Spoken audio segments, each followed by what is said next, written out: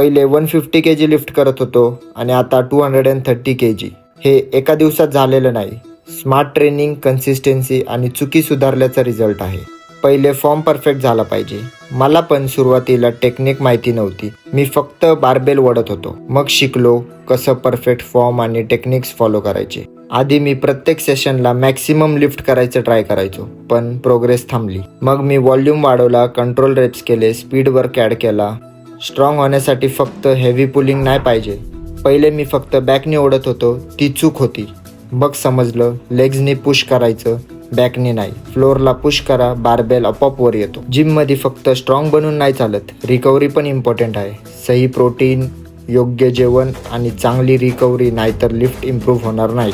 या छोट्या छोट्या गोष्टी सुधारल्या आणि 150 kg पासून 230 kg पर्यंत पोहोचलो. तुम्ही सुद्धा या टेक्निकने तुमच्या डेडलिफ्टला इम्प्रूव्ह करू शकता. शेअर करा तुमच्या मित्राला जो डेडलिफ्ट मारतो.